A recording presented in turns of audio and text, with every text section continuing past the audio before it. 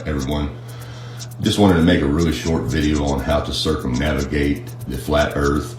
And what caused me to make this video is I have a Facebook friend who stated that he has a friend who is a pilot that I guess hauls freight on a carrier plane all around the world, and that the pilot had asked him, if the earth is flat, how did he travel east, going east all the way around the world and ending back up in the country that he started from by only going east.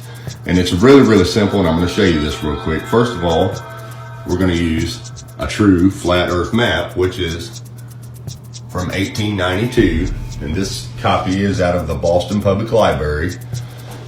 Now, in order to understand this, first you have to understand magnetism. Now, this compass right now is pointing to the real North Pole. The little arrow is north, and it's pointing to the real North Pole. But watch when I alter that with a magnet. That's the same thing the North Pole does. It automatically pulls that north arrow to it. So this magnet would be the North Pole, okay? Now, on the map, I've already magnetized the center of this flat earth map, which would be the North Pole. Now, check this out. As we take this compass, which as you can see, it's pointing north where it's supposed to right now. But now we're going to go take it to a smaller scale, which is going to be right here. Now watch what happens to the compass. It automatically points to the center of the flat earth map. Now watch as I move it around the center of this. Being that it's magnetized, it will automatically point to the center no matter where it is on this map. Now, let's get to the point. The guy said his route started in Dubai, then went to Asia, then he went to Sydney, Australia, then he went to the United States, then to Europe, and then ending back in Dubai. Now check this out.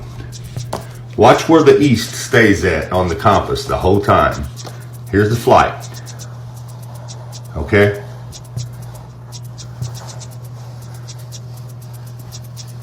East. The whole time. East. East. East. So no matter where you go, no matter which country you're in, like right here, here's the United States. This over here is the east. This is the west. The sun comes up on the eastern coast and sets on the west coast. Well, let's move the compass over here. East coast, west coast.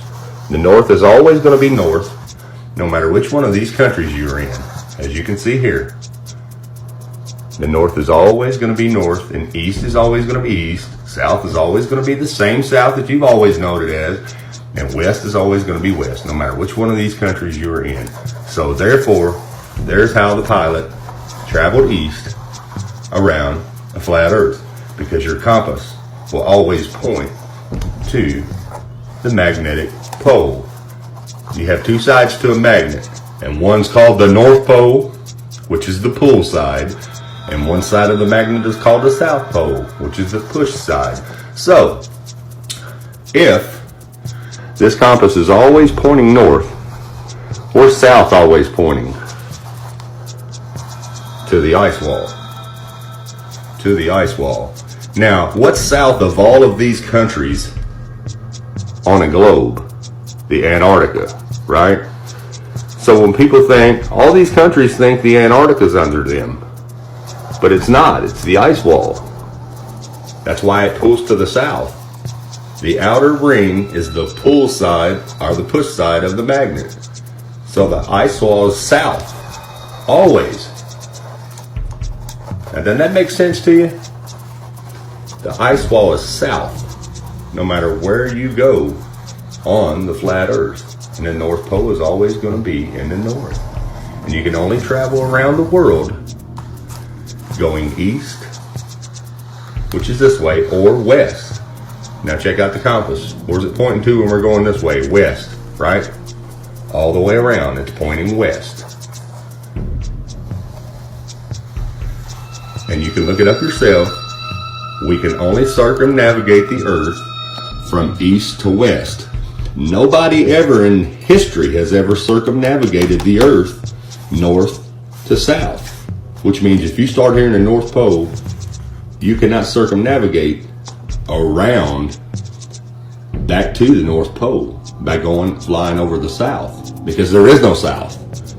They don't want you to know that, so that's why it's called no-fly zones, and you're not allowed to circumnavigate over what they call Antarctica, which is not really Antarctica. It's an ice wall, and it ends there, and that's why they banned you from flying over it, because you'll know once you get there you can't fly over it. I mean, it's really, really common sense. Now pay attention as we turn the flat earth map into a globe. Pay attention to the continents. They are still positioned north, east, west, and south. And take a look at the ice wall. What's it become when you turn it into a ball? It becomes the Antarctica. And if you'll notice, it's south of all the continents, just like the ice wall is south of all the continents on the flat earth map. And therefore, you cannot tell the difference. The only reason that you believe what you believe is because that's what you have been taught to believe without questioning it. Now, this is not something new. You know, everyone has known this for 5,000 years, all ancient civilizations, all the way up. I mean, this map is 1892. It says scientifically and practically correct. This is not something new. This has always been like this. And then the last 100 years, with these fake government agencies, especially NASA in the last 50 years, has convinced you otherwise. Now look, even the ice wall itself is named all the way around it. Now all of a sudden that we live on a globe, all those places are gone, they don't exist anymore. Well, how did they exist in 1892, but they don't exist now? And as you can see right here on the map, it says Antarctic Circle. It doesn't say Antarctic continent, because it's a circle of ice that surrounds the earth and holds all of the oceans in. So anyways, that is how you circumnavigate on a flat earth. It's really, really simple. Thanks for watching, and God bless.